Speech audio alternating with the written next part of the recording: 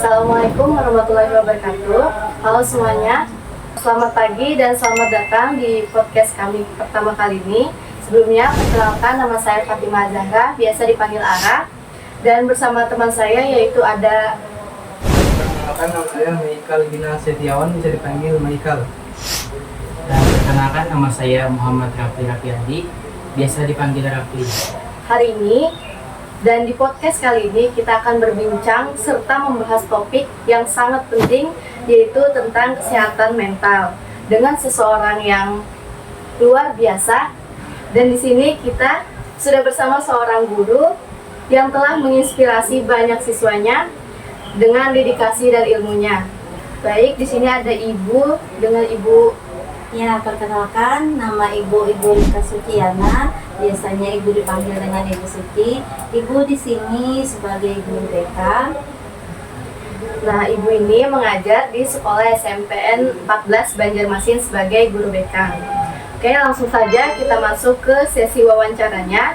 Dan mari kita dengarkan cerita, pengalaman, pandangannya tentang dunia pendidikan, serta tips tentang bagaimana menjaga kesehatan mental di tengah berbagai tantangan kehidupan. Baik, sekarang kita masuk ke sesi pertanyaan. Saya akan mulai dengan beberapa hal yang pasti sudah membuat banyak orang penasaran tentang pengalaman dan pandangan guru seputar kesehatan mental sebagai seorang guru.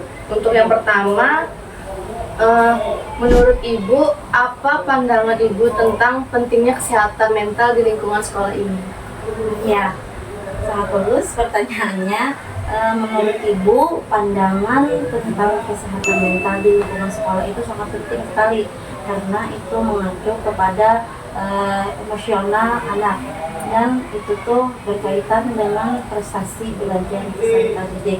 Hal ini sangat perlu kita terapkan lagi di sekolah untuk peserta didik lebih maju nantinya, ke depannya lebih bisa dan bisa mengontrol sosial emosinya, dan itu untuk kemajuan belajarnya.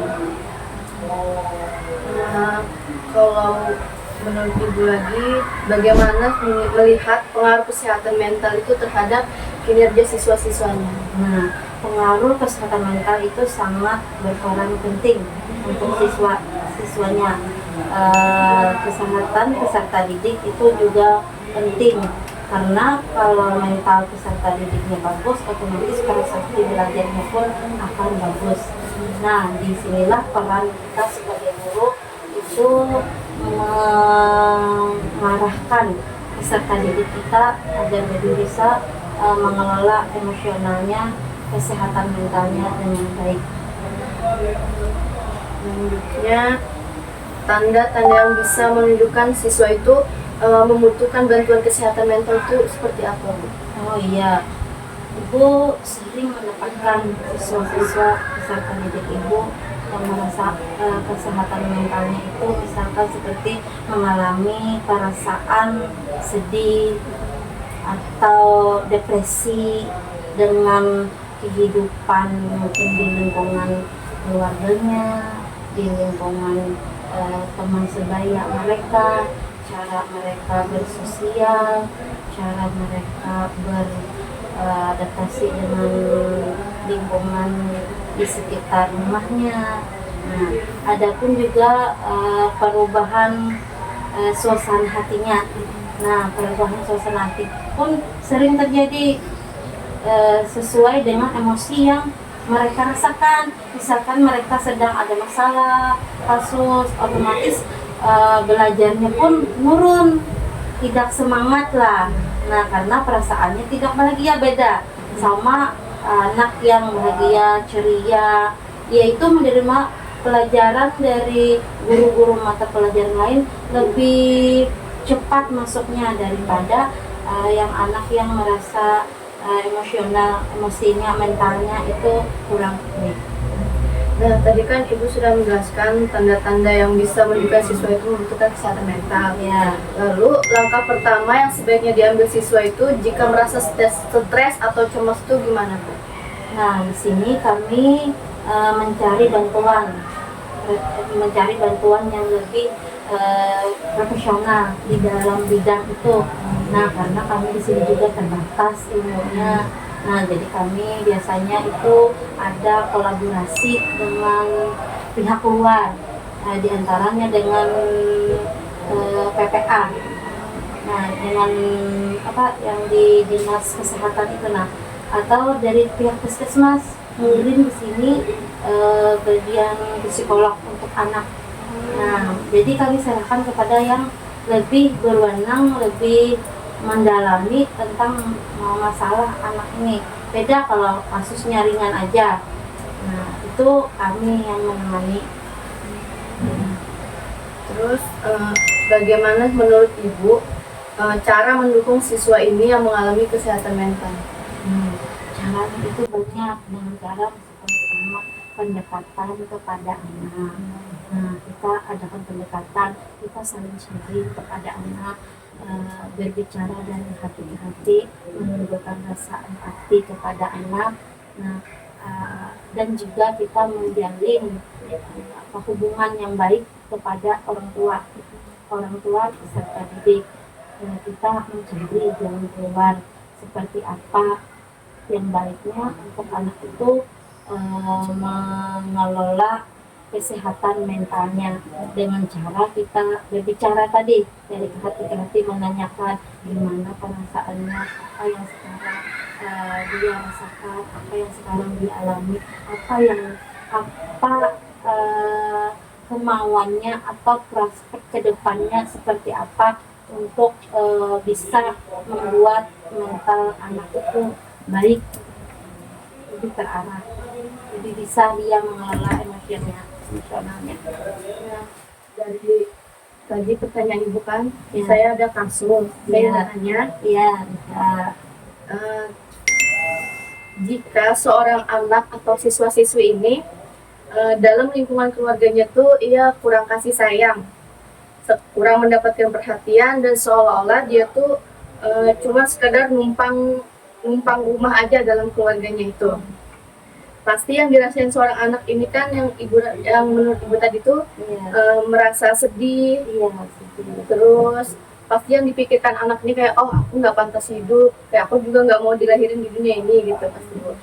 Dan lain sebagainya, kalimat yang dilontarkan oleh anak ini. Dan ia akan melakukan perbuatan keras terhadap orang lain gitu. Contohnya dalam lingkungan keluarga, misal itu melampiaskan ke adiknya sendiri, atau bahkan dia melampiaskan ke teman atau ke seseorang yang lebih dekatnya. Misal kayak dia berperilaku kasar, atau bahkan omongannya nggak senonoh. Nah, itu menurut Ibu tanggapannya terhadap anak ini, apakah kita harus pelan-pelan memberi masukan kepada anak ini, sedangkan anak ini memiliki sifat yang keras atau nggak mau dikasih nasihat gitu Bu. Terus atau kita harus berbicara kepada orang tuanya ini, bagaimana sih anak ini tuh di rumah, apakah baik-baik aja gitu kan? iya. Nah, pasti orang tua itu menjawab seolah-olah menutupi dari masalah anak ini. Nah, menurut Ibu itu gimana tanggapannya untuk tindakan selanjutnya gitu? Ya, setiap orang tua itu kan pasti menginginkan anaknya itu menjadi anak yang baik, anak yang berakhlak, anak yang hebat, anak yang berprestasi, pasti melindungi anak. Nah, dari situ kami biasanya itu mengadakan konseling individual. Nah, yang pertama kami lakukan adalah kami panggil dulu anaknya. Anak itu pasti melakukan sesuatu yang nyata terlihat, entah ini sama temannya kasar, sama di lingkungan itu di kelas. Nah, itu tuh nanti ada laporan ke ibu, anak ini Bu, kenapa ya sifatnya seperti ini, orangnya Bu, gini. Nah, dari situ kami mengumpulkan data, kami panggil anaknya. Nah, berbicara dari hati ke hati, lalu secara perlahan-lahan menanyakan kepada anak, kita menimbulkan rasa simpati, rasa empati. itu kepada anak. Insya Allah biasanya kalau ibu manggil anak tuh pasti cerita, karena ibu itu tidak pernah menjudge seseorang anak. Pasti apa yang dilakukannya itu kita dengarkan dulu, kita menjadi pendengar yang baik. Nah habis itu insya Allah dia bercerita anak itu kayak ini bu, ini. Jadinya secara mengalir aja anak itu bercerita, pasti menyampaikan ada sebabnya anak berkelakuan mental yang kasar, berbicara kasar. Mungkin itu banyak faktor, di antaranya keluarganya kau berkumpul, kurang kasih sayang dari kedua orang tuanya, atau lingkungan di sekitar rumahnya, keluarganya, yang menyebabkan anak itu berperilaku seperti itu. Biasanya ibu Ranca bertanya, apa yang sekarang yang misalkan ibu lagi ini bu perasaan sedih ini bu, masalah ini kenapa? Biasanya anak seperti itu anak yang tidak diperhatikan oleh orang tuanya, lalu mencari perhatian di luar dengan cara itu tadi, melakukan perbuatan yang ada sesuai di sekolah, yang dilarang di sekolah. Khususnya SMP 14 ini kami mengadakan sistem poin. Kalau anak itu melanggar tata tertib sekolah, dia akan nanti dapat poin. Tapi sebelum poin kita adakan dulu, kita buat perjanjian dulu. Nah, panggilan orang tua dengan anak, termasuk anak itu bercerita. Nah, dengan panggilan orang tua pun nanti kita berbicara kepada anaknya. Nah, nantilah ibu memanggil orang tua yang di sini, so, kita menyelesaikan permasalahan ini. Nah, dari orang tua pun kita dapat cerita, dapat pengumpulan data. Oh, kadang sampai menangis orang tuanya proses ini. Iya bu, anak saya memang seperti ini. Memang mungkin kesalahan kami juga, orang tuanya yang kurang perhatian kepada anak. Nah itu insya Allah orang tua itu bercerita. Jadi bapak ibu gimana ini kan kita serahkan ke orang tuanya. Di sekolah ini kan ibarat kita mendidik, tapi yang di rumah itu yang lebih penting kata ibu, supaya mengarahkan pian melihati di rumah kata ibu, kami di sekolah supaya anak ini bagus mentalnya. Nah setelah itu kalau proses konseling kami tidak berhasil, anak itu tidak ada perubahan selama 2 minggu, masih berperilaku kasar, katanya tidak baik, sering melanggar peraturan tata tertib sekolah, biasanya kami konsultasi lagi kepada wakasek kesiswaan. Nah setelah ke wakasek kesiswaan, lalu kami ke kepala sekolah, karena kan namanya kita di sekolah ini ada kepala sekolah, ada pimpinan sekolah.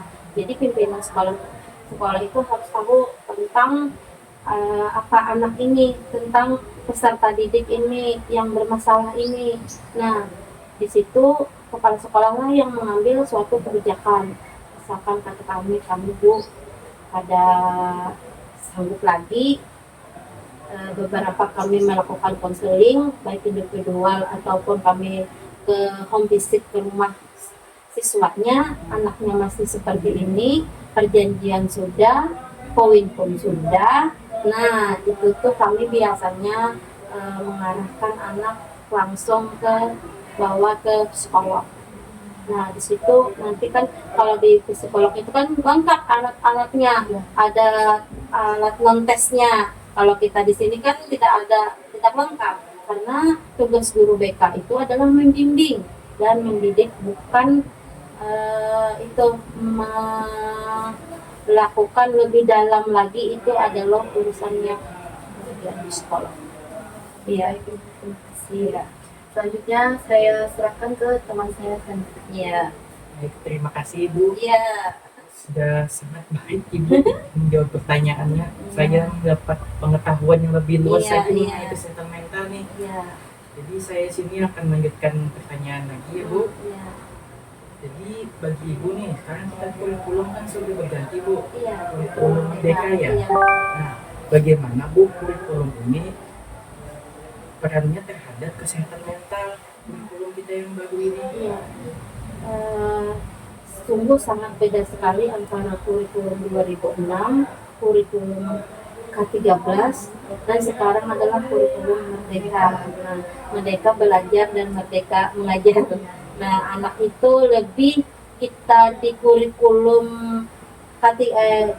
Merdeka ini diharapkan anak itu lebih berperan aktif daripada gurunya. Nah, guru itu cuma membimbing dan mendidik, yang lebih aktif itu anak atau peserta didiknya, dan kita menggali berbagai bakat yang ada di dalam diri anak itu masing-masing, termasuk kesehatan mental ini. Nah, kesehatan mental ini sangat berperan penting di dalam kurikulum Merdeka ini. Soalnya kan kesehatan ini, mental ini kan berapa itu? Berkaitan dengan emosi anak, tingkat perasaannya, suasana hatinya, ya kan, emosionalnya. Nah, itu sangat berpengaruh terhadap proses belajarnya. Ya, kata ibu tadi, bila mentalnya bagus, anak itu akan baik menerima pelajaran yang diberikan oleh guru-guru. Nah, tidak sulit. Jadi kurikulum Merdeka ini sungguh sangat dipermudah semua. Contoh, ibu mengajar sebagai guru dari kurikulum Merdeka. Sekarang menggunakan RPP cuma 1 lembar. Dulu itu banyak loh, beberapa lembar. Nah, anak pun sekarang tidak terpaku lagi kepada tugas-tugas yang begitu banyak. Nah, itu kan berkaitan dengan mental anak. PR kurang. Sama sekarang kalau ada tugas bisa ini ya, lewat media sosial mencari, baik itu lewat Google, lewat YouTube, Instagram, Telegram, pokoknya media sosial. Dia bisa mengembangkan dirinya, sungguh sangat dipermudah. Jadi anak itu tidak stres lagi dengan adanya tugas, dengan adanya ekstrakurikuler kah yang mereka ikuti. Nah, itu pun kami mengadakan ekstrakurikuler itu sesuai dengan bakat anak.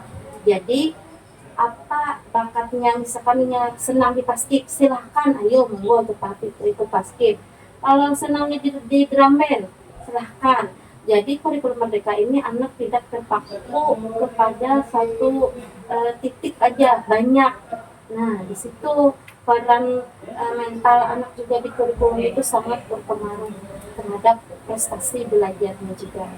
Mempermudah lah ibarat kurikulum Merdeka ini. Jadi Iya. dengan kurikulum Merdeka ini siswa menjadi lebih kreatif pula. Iya, siswa lebih kreatif, lebih aktif, dan lebih mandiri. Iya. Dengan kurikulum Merdeka ini bermanfaat juga pula. Iya, sama. Padahal di luar kita Iya. banyak diprotes kurikulum Iya, Merdeka banyak ini. diprotes sebenarnya.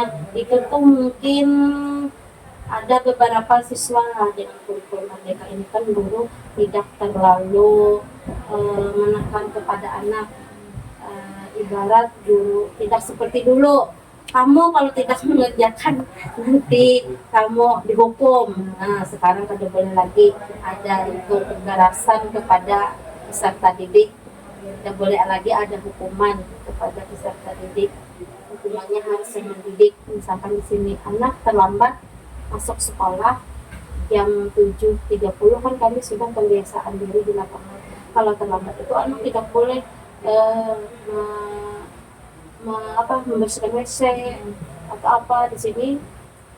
Itu hukumannya paling anak itu memetik sampah, ambil sampah 10, setelah ambil buang ke tempat sampah, dipilah sampahnya, yang mana organik, yang mana anorganik, yang mana kimia, terus anak cuci tangan kembali ke kelas. Itulah mungkin kurikulum Merdeka ini kurang gimana ya, iya, kurang terlalu disiplin lah. Tapi kalau untuk anak peserta didik itu menurut ibu bagus, karena anak itu tidak dibebani dengan berbagai macam tugas yang harus seperti apa. Anak itu bisa memilih tugasnya mengerjakannya seperti apa. Tidak harus mencatat, kita kalau lewat Google Form, lewat email memberikan tugas boleh. Nah itu lebih dipermudah kepada peserta didiknya, karena kan kalau peserta didiknya kita sudah mendidik, otomatis pendidikan kita akan menjadi lebih baik. Iya. Terima kasih Ibu lah jawabannya. Iya, Kemudian selanjutnya Ulun mau bertanya nih, iya, kan banyak stigma kalau sekolah ini gue erat dengan pembulian. Jadi bisa ya pasti ada, malah ada orang katanya masa SMA saya tidak akan aja. Saya tidak mau mengingat masa SMA saya karena saya selalu dibully. iya, Nah, bagaimana ibu ini menghentikan stigma iya. kalau misalnya sekolah itu dekat sekali dengan pembulian, setiap sekolah itu pasti ada Iya, pembulian iya, yang terjadi. iya. Bagaimana ibu menghentikannya terhadap masyarakat luas? Ya, di sini kami mempunyai program sekolah khusus untuk pembulian ini. Kami biasanya mengadakan workshop tentang pembulian ini. Di situ tuh kami mengundang orang tua murid, tokoh masyarakat di sini. Nah, agar apa sih dampak pembulian itu bagi anak? Bagaimana langkah-langkah kita langkah-langkah kita itu menjalani ini, supaya agar tidak terjadi lagi pembulian. Ibu banyak mendapat kasus pembulian. Ibu, saya dibully. Apa contoh dibulinya nak?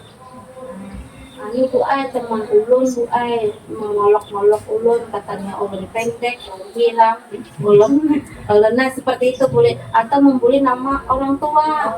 Nah kalau kasus SMP seperti itu ya, atau pembulian bersambatan, karena kan bully ini kan merebak loh di media sosial. Bila ada apa-apa bully, bila ada apa-apa bully. Padahal bully itu banyak tingkatannya, mulai yang rendah, sedang, tinggi, dan sampai ke kasus hukum. Nah, itu tadi kami mengadakan sosialisasi, kami guru-guru diadakan pelatihan, baik itu secara mandiri ataupun secara daring, kami lewat PMM. Nah di situ banyak workshop yang kami ikuti, serta kami selalu sharing dengan orang tua. Kan di kelas itu kan ada namanya itu paguyuban, kelompok orang tua itu tiap kelas. Jadi bila ada apa-apa kita koordinasi dulu ke paguyubannya masing-masing. Setelah itu kita berbicara juga kepada komite sekolah. Nah, komite sekolah ini juga sangat berperan penting. Nah, dari situ kami juga, ibu sebagai guru BK, ibu sering mengadakan konseling klasikal. Nah, di dalam kelas, karena kami guru BK di sini dapat seminggu itu dapat 5 jam. Jadi sehari itu dapat sejam mengajar masuk kelas. Nah, di situ biasanya ibu lanjut menjelaskan dampak bully itu seperti apa. Kita mengadakan ada video masalah bully, bagaimana bully itu kita harus kita apa itu, supaya tidak terjadi lagi bully itu di sekolah, karena itu tidak baik, karena itu bisa melakukan tindakan pidana, bisa dipenjara kata ibu. Ada undang-undangnya sudah di dia. Kalau tingkat SMP ini kan masih emosionalnya, perilaku, karakternya itu masih belum apa ya, masih bisa kita dengan kita bicara, dengan kita berikan media, dia bisa merasakannya. Nah, untuk SMP kan tidak terlalu seperti SMA, yang SMA itu kan lebih kritis lagi orangnya. Kalau SMP ini masih belum tapi kritis, jadinya bisa menerapkan apa yang kita berikan kepada anak itu, layanan itu. Setelah layanan dan kita selalu sharing kepada anak. Nah, program kami itu sama juga, kalau ada apa-apa anak lah, untuk yang khususnya SMP 14, anak itu kesini cerita sama ibu. Biasanya di antara kami berempat ini guru, anak tuh lebih sering ke ibu, karena ibunya tidak apa ya, kita kita di sini jadi buat belajar dan saling belajar. Kedada di sini ibarat kita mencari kesalahan, kita mencari jalan keluar yang baik. Jadi anak tuh sebelum dia keluar atau berbicara ke orang tuanya atau ke guru lain, ibu sudah tahu, kita cerita sama ibu, ulun sedih bu, kenapa ulun sama di kelas siapa yang manfaat. Nah itu nantinya akan ibu panggil supaya jangan merembet lagi gitu. Nah jangan terus menerus itu terjadi. Nah kita beri pendampingan untuk anak yang menyambat, itu pun kita beri nanti sanksi berupa surat peringatan perjanjian. Bila sekali lagi melakukan akan kita proses. Nah, insya Allah biasanya rata-rata setelah ibu beri surat perjanjian, setelah kita ada pembicaraan di sini, anak itu tidak ada lagi lah pembelian. Alhamdulillah di sini. Apalagi di sini ini sekolah inklusi. SMP 14 ini sekolah inklusi. Anak yang berkebutuhan khusus, anak yang inklusi itu masuk kelas reguler. Iya. Jadi ingat itu sekelas itu misalkan jumlah siswanya ada 32 atau 3 itu kan untuk inklusi. Dia pun ikut berbaur di situ di kelas itu. Jadi kami di sini menekankan jangan ada pembulian. Kan tahu aja loh anak inklusi seperti apa. Kan itu rentan dengan pembulian. Nah, anak inklusi pun di sini kan ada guru dampingnya khusus. Nah, jadi insya Allah di sini kalau khusus di SMP 14 lah, kalau masalah bully ini bisa terkendalikan kan. Soalnya kami pagi baca Al-Quran di sini, ngaji, nanti ada sholat duha bersama, senam bersama. Jadi semua anak itu insya Allah tercapai aja lah, kita pantau terus ya itu. Terima kasih Bula Iya. jawabannya. Iya. Untuk pertanyaan selanjutnya akan saya persilakan teman saya menanyakannya. Untuk Nikal, persilakan. Baik Ibu, saya kembali ke pertanyaannya. Bagaimana teknologi dan media sosial berdampak pada kesehatan mental siswa menurut Ibu? Teknologi ini sangat berpengaruh kepada kesehatan mental anak. Nah, dari teknologi ini kan canggih sudah. Anak-anak yang usia 2-3 tahun pun sudah bisa sekarang memakai sosial media. Nah, dari sosial media itu kan kadang anak itu tidak bisa membedakan yang mana yang baik, yang mana yang tidak, yang mana yang perlu mereka harus dapatkan atau yang tidak di situ. Kalau tidak ada pendampingan dari orang tua, misalkan dia melihat video apa, dia praktekkan, padahal kan video itu tidak bagus, atau melihat suatu film remaja misalkan, pacaran lah, sering pegang-pegangan tangan lah, padahal kan itu tidak baik efeknya untuk anak. Kami pun di sini tidak menyarankan anak-anak itu boleh pacaran atau apa kayak itu. Nah, jadi media sosial ini ada positifnya, ada negatifnya. Nah, kalau negatifnya yang tadi, anak itu tidak bisa menyaring lah yang mana baiknya untuk dia. Lihat terus, ditonton terus. Kadang gadget ini juga berperan buruk. Anak itu sering main game online. Nah, ketagihan. Itu kan melupakan tugasnya sebagai pelajar yang harus belajar. Nah, jadi kan dalam ini kan sungguh sangat mengganggu. Nanti main game beberapa jam, besoknya ditanya kenapa terlambat, bu ketiduran, malam tadi belajar, kenapa main handphone. Nah itu kan berperan buruk. Peran baiknya juga media sosial ini banyak lah. Nah dari media sosial ini bisa mencari jawaban, mencari berita atau tugas-tugas sana bisa lewat Google atau lewat video-video pembelajaran. Di sini semua sangat berfaktor orang tua untuk bisa membimbing anak itu melihat apa sih yang dibukanya di handphone media sosial. Nah, iya itu kalau kami di sini di sekolahan anak kita perbolehkan nambah mental. Tapi kalau gurunya membutuhkan, misalkan, nah besok kita ada pelajaran tentang apa gitu, silahkan boleh bawa HP. Itu pun pada saat jam pelajaran. Nah, sungguh sangat berperan penting media sosial ini dalam mental anak. Kadang anak-anak merasa sedih, merasa bahagia, melihat apa mungkin lah. Nah itu kan timbul rasa sedih dia karena membuka handphone mencari kebahagiaan lain. Nah itu sangat sangat berpengaruh lah. Baik, terima kasih ya. Ya, Banyak pertanyaan. Apa harapan ibu untuk masa depan terkait kesehatan mental di sekolah? harapan ibu sangat besar. Dengan kesehatan mental anak itu baik, bagus, ibu berharap peserta didik ibu semua di sini dari kelas 7, kelas 8, dan kelas 9 bisa menjadi anak yang berprestasi, anak yang berhasil, anak yang sukses ke depannya, membawa nama baik sekolah, membawa nama baik keluarganya di kancah kalau perlu internasional.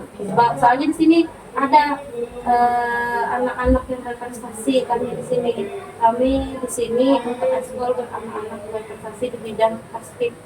Nah, alumni sendiri ada yang jadi polisi, jadi tentara yang berhasil sudah. Nah, itu karena kesehatan mentalnya bagus lah. Nah, kesehatan mental ini sangat berpengaruh kepada proses belajar anak. Yang Ya, pertanyaan ya.